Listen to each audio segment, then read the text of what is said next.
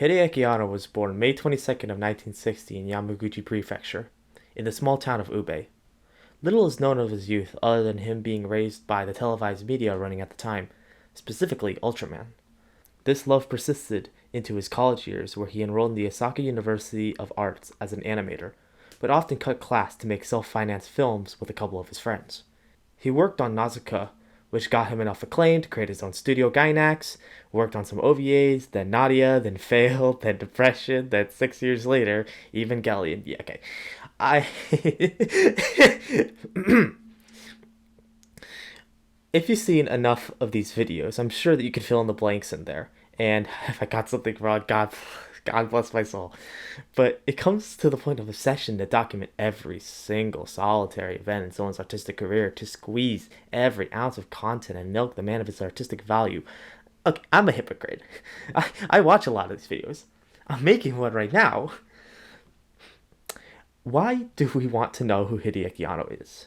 I think that's the question everyone must pose when they interact with someone's art. To learn more about who the people making it are and what those people are trying to say. Maybe by the end of this video, we'll come closer to an answer than we were before. Let's continue. Evangelion ends not once, but twice. He tries being a live-action director and makes Love and Pop. Cool.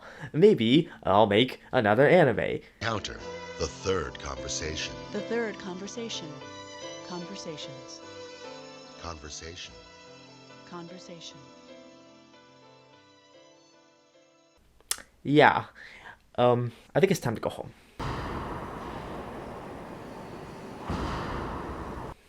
Ube, Japan, is the filming location for the 2000 film Shiki-jitsu, or Ritual, by Hideaki Anno. It is the second live-action film after Love and Pop, which used handheld cameras to portray the struggles faced by Japanese schoolgirls. On a technical front, Ritual is a cinematic wonder, simply the way that it portrays the city with all these shots from smokestacks and factories, railroads, and city centers. The sharp lack of background people seeks to isolate the two main leads and embolden their environment, as if they have wandered into a non-reality of their own creation. Anno's editing talent from his work in animation translates perfectly here. Sometimes there's build-up into an unsettling realization. Horrors exist within this film that lack explanation, force us to face the unknown with an unblinking gaze. The music is of note in its ability to add this melancholic feel throughout the entire experience. It's mainly comprised of a single melody that goes through many alterations. Different instruments enter and leave the fold, accompanying the mood of the scene, but always remaining pensive and forlorn.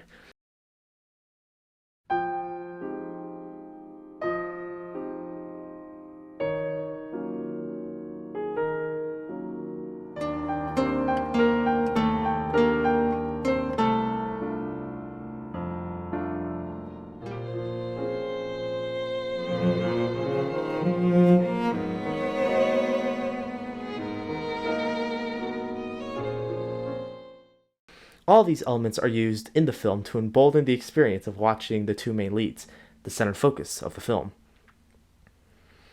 Shunji Iwai and Ayako Fujitani play the main leads of the film, a director and his subject.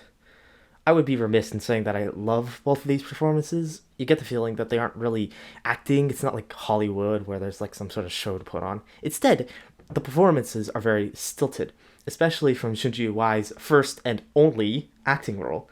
Aiko Fujitani's better, but you would lose any of its talent in those ridiculous costumes she's wearing. I mean, gosh, just look at her apartment. Do I even need to say anything? So, why am I shitting on the film? Well, the power in these performances is to emphasize that these people don't really know each other. It heightens those uncomfortable scenes when you get the feeling that they don't really see what the other person is supposed to see. I think I've covered everything you need to know before I just start spoiling the hell out of the film. Go watch it, then come back. Or don't, this is just like a YouTube video. Ritual's about escapism. The two main leads of the film both represent the effects of escapism through their acting, personalities, and inner monologue. Shinji Iwai's character opening monologue reads as follows. The simple act of pursuing her was sufficient. I have reached an impasse in my work and in myself. I sought to acquaint myself with everyday ennui, sired by apathy and restlessness. Ever fleeting, the authenticity of my own experience. I was entirely spent by a life composed of accumulated fictions. Put simply, the culmination of his life was surmised by fiction, where the authenticity of his reality is out of his reach. His pursuit of Ayako Fujitani's character marks a desire to actualize the understanding of himself through the relation he has to someone else. Ayako Fujitani's character, on the contrary, has a different opening monologue that reads as follows. I'm still swirling. It is a dark and lonely place. I thought you could, maybe, rescue me somehow. I still feel that way. Unsure of what to do, I'm moved by the scent of rain. Prone to the whims of her surroundings, the loneliness of her existence creeps into her being. So whoever has stumbled upon her path, she seeks comfort from. The world she inhabits is a cruel one, so she seeks to create her own world and escape from the monotony and loneliness of her existence. Both of these characters start the film as flawed people, but their company begins to heal their being. You hope that the understanding they gain from one another and themselves leads them to an ability to cope with their own reality, now that one another is a part of it. I think I can now better expand upon the production values. Every aspect in its creation was made to enhance the feeling of isolation within one's reality. Ayako Fujitani's sets and makeup contribute to her otherworldliness, while Shinji Iwai's acting contributes to the feeling that he's the one holding the camera. The fiction is aware of its own fictitiousness. I don't think making a comparison to Hideaki Anno's Neon Genesis Evangelion would be misplaced, both having main characters that in some form are supposed to represent Hideaki Anno. It's like a trap you can't escape from, displaying the most raw, disgusting versions of your own self-image, while also having to create for those that relate to those very images. But I don't know the guy. really, what can I say? Oh my god. What an author has said when all we have is a mirage, a performance where one's intentions can be lost in the sea of production, middlemen, and writers' rooms. But for our purposes, right now, that is, it helps in establishing a narrative, a conclusion of intentions that allow us to form certain other conclusions, no matter how flawed they may be. The director is a stand-in for Hideaki Anno, but complications require an actor to play his role.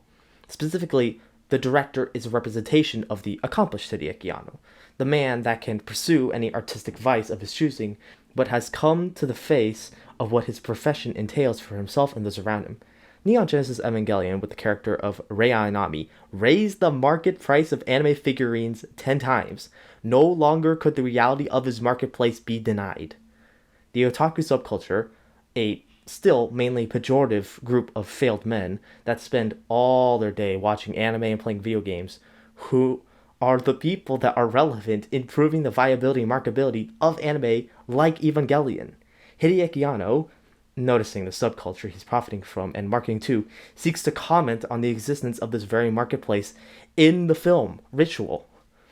A monologue from Shunji Iwai's character reads, in Japan today, all forms of expression, beginning with images, serve only as either time-killing entertainment for those without occupation, or as momentary respites for those who are afraid of pain. People desire either real scandals amplified into rawness, or the illusion of beautifully adapted fictions. It is true of me. Unable to create appropriate relationships, I escaped into a fictional world constructed on a fantasy of daily life. Even this film, when completed, will become a device to deliver a certain amount of stimulation devoid of surprises, a measure of time spent in peace. Who wants images beyond that? Who needs them?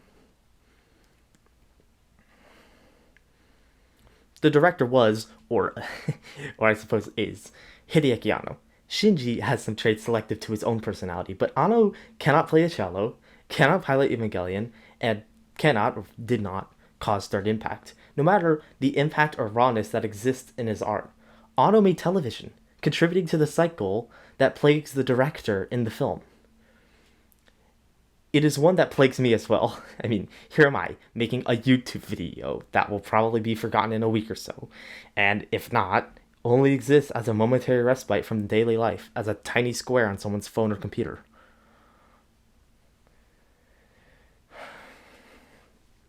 Ayako Fujitani's character is the centered focus of the film, the director's reality he used to supplement his listlessness.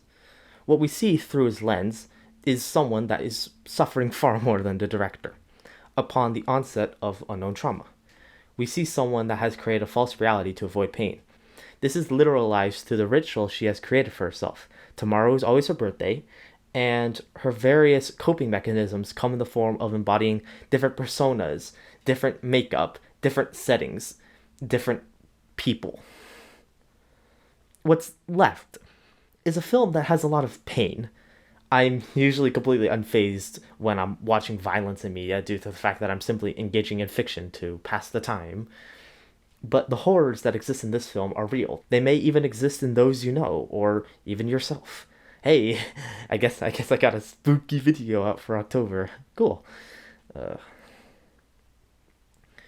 I've been leaving out important details from the film, that there is an implied romance between the director and the girl.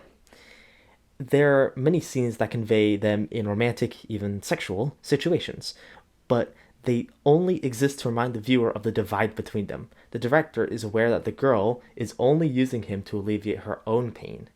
I think this is why I invoke Hideaki Anno's name when talking about this film, when I would stay quiet if I were to talk about, I don't know, Karikano, for example. The desire for intimacy is shown through the girl's actions, where one scene of them going to the park and laying on the sidewalk, where you feel these people are going closer, but to the director, he is all too aware why she's acting this way.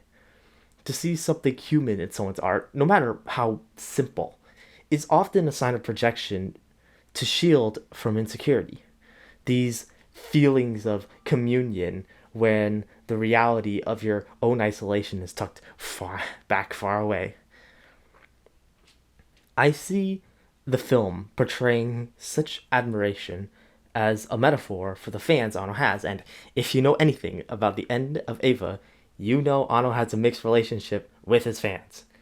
Their relationship eventually breaks down. She runs away, the film showing that this type of pain is not something that can be avoided.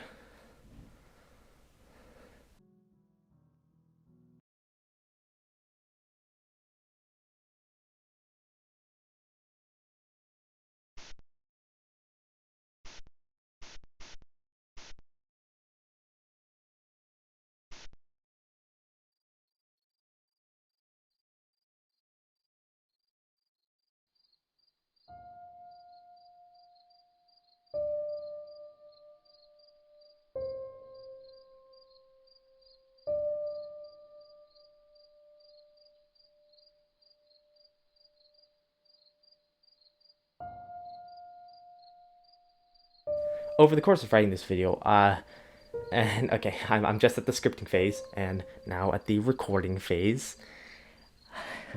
I know this feeling is, or whatever it is, it's just gonna get worse. It's like the feeling that I'm ripping something out of my body very grotesquely. This feeling of needing to speak but having a parched throat. It's hard to describe. It's similar to the topic of this video. Many layers of what should be said and what shouldn't. Anno said this, but he also did it. The film says this, but it also didn't. It's like a type of dizziness. What's real? What's false? What are the author's words? What are the character's words? What does it even mean to enjoy art at all? To see something so real and something so false? Am I helping or hurting myself? Am I running away? Am I facing the real me or a false reflection? Who even am I?